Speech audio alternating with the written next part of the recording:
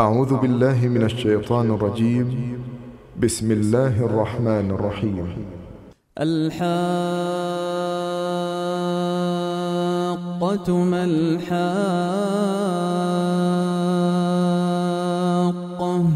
وما أدراك ما الحاقة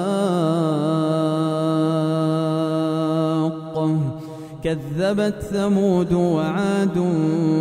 بالقارعة فأما ثمود فأهلكوا بالطاغية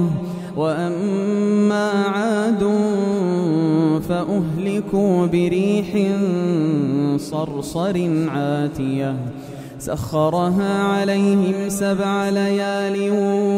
و8 أيام حسوما فترى القوم فيها صرعى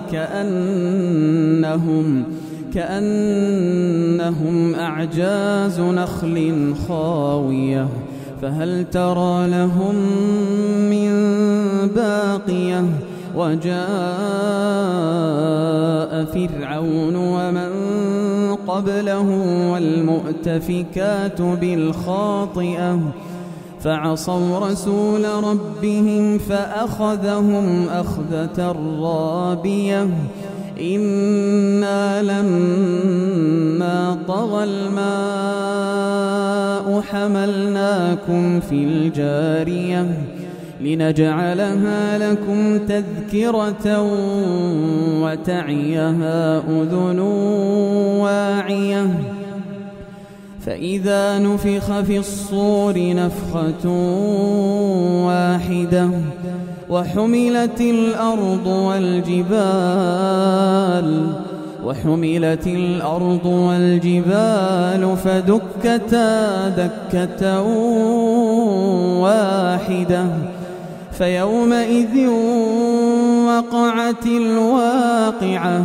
وانشقت السماء فهي يومئذ واهية والملك على أرجائها ويحمل عرش ربك فوقهم يومئذ 8 يومئذ تعرضون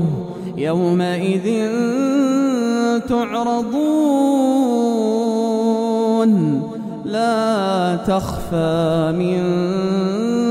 منكم خافية فأما من أوتي كتابه بيمينه فيقول هاؤم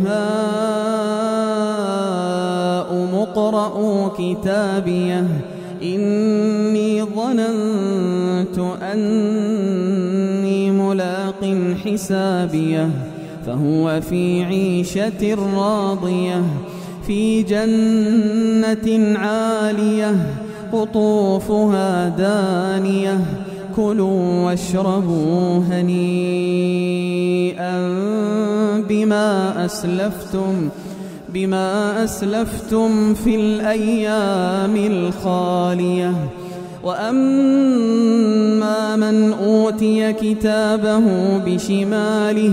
فيقول يا ليتني لم أوت كتابيه ولم أدر ما حسابيه يا ليتها كانت القاضية ما أغنى عني ماليه هلك عني سلطانيه خذوه فغلوه ثم الجحيم صلوه ثم في سلسلة ذرعها 70 ذراعا فاسلكوه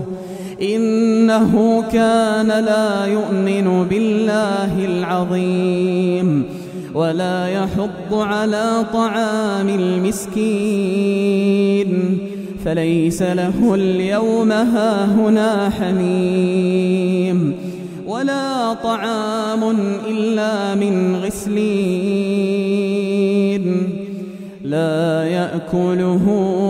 إلا الخاطئون. فلا أقسم بما تبصرون وما لا تبصرون إنه لقول رسول كريم وما هو بقول شاعر قليلا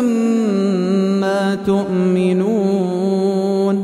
ولا بقول كاهن قليلا ما تذكرون تنزيل من رب العالمين ولو تقول علينا بعض الأقاويل لأخذنا منه باليمين ثم لقطعنا منه الوتين فما منكم من أحد عنه حاجزين وإنه لتذكرة للمتقين وإنا لنعلم أن منكم مكذبين وإنه لحسرة على الكافرين وإنه لحق اليقين فسبح باسم ربك العظيم.